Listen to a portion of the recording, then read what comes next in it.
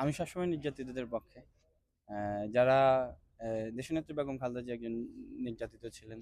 শহীদ রাষ্ট্রপতি জিয়াউর রহমানও দেশের জন্য জীবন দিয়েছেন। দীর্ঘ ১৭ বছর একটি ফ্যাসিস্ট সরকার বাংলাদেশে যেভাবে মানুষের ভোটের অধিকার, মানুষের মৌলিক অধিকার হরণ করেছে, এই দীর্ঘ ১৭ বছরের ধারাবাহিকতা বাংলাদেশ জাতীয়তাবাদী ছাত্র দলের আমাদের অনেক সহযোদ্ধা আমাদের কাছ থেকে হারিয়ে গিয়েছেন, যারা শহীদ হয়েছেন, গুম হয়েছেন, খুন হয়েছেন, যারা পঙ্গুত্ব বরণ করেছেন, তারই ধারাবাহিকতায় যে ২৪-এর গণ অভ্যুত্থান হয়েছে, ছাত্র জনতার গণ অভ্যুত্থান, সেটা একদিনে তৈরি হয়নি, দীর্ঘ ১৭ বছরের আন্দোলন সংগ্রামের মাধ্যমে। যেখানে আমাদের দেশের ছাত্র জনতা, বাংলাদেশের প্রত্যেকটা মানুষ এই গণ অভ্যুত্থানের পেছনে প্রত্যেকটা মানুষেরই অবদান ছিল। সবাই রাজপথে থেকে অবদান রাখে নাই। আপনারা যারা এই মিডিয়া কর্মী, আপনারা আমাদেরকে সহযোগিতা করছে, বিশেষ করে এই ক্ষেত্রে আমাদের বোনেরা আমাদের সম্মুখ সারিতে থেকে আমাদেরকে যে শক্তি সাহস জুগিয়েছেন, আমরা তাদের প্রতি কৃতজ্ঞ। আপনার এই গণ অভ্যুত্থানের পরবর্তীতে যে হাসিনা যে মানুষের রোষানলে পড়ে দেশ ছেড়ে পালিয়েছেন, সেটা আপনারা দেখেছেন নির্বিচারে কিভাবে আমাদের সহযোদ্ধাদের গুলি করে হত্যা করেছে। আমাদের প্রায় ১৪০০ শহীদ হয়েছে, তার মধ্যে ৫০,০০০-এরও অধিক পঙ্গুত্ব বরণ করেছে, এবং বাংলাদেশ জাতীয়তাবাদী ছাত্র দলের প্রায় একক সংগঠন হিসেবে ১৪৩ জন শহীদ হয়েছেন, বিএনপির ৪০৭ জন, সব মিলিয়ে।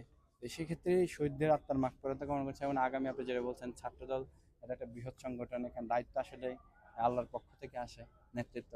আমি বিশ্বাস করি যারা রাজপথে ছিলেন দীর্ঘদিন, রাজপথের সংগ্রামে, আন্দোলন সংগ্রামে শিক্ষার্থীদের নেতৃত্ব দিয়েছেন, শিক্ষার্থীদের যৌক্তিক অধিকারে, সেখানে আগামীতেও যারা বিশেষ করে শিক্ষার্থী বান্ধব রাজনীতি করবেন, যারা ক্যাম্পাসগুলোতে সম অধিকার, বিশেষ করে সহাবস্থানের রাজনীতি।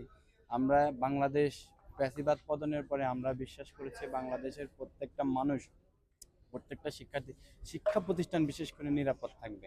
আপনার যখন শিক্ষার সুষ্ঠু পরিবেশ থাকবে, শিক্ষা যখন বাংলাদেশের শিক্ষা জাতির মেরুদণ্ড, শিক্ষার্থীরা যখন ভালো রেজাল্ট করবে, দেশের কল্যাণে কাজ করবে, এবং মেধাবীরা যখন রাজনীতিতে আসবে, তখন কিন্তু বাংলাদেশের আগামীর ভবিষ্যৎ অনেক ভালো হবে।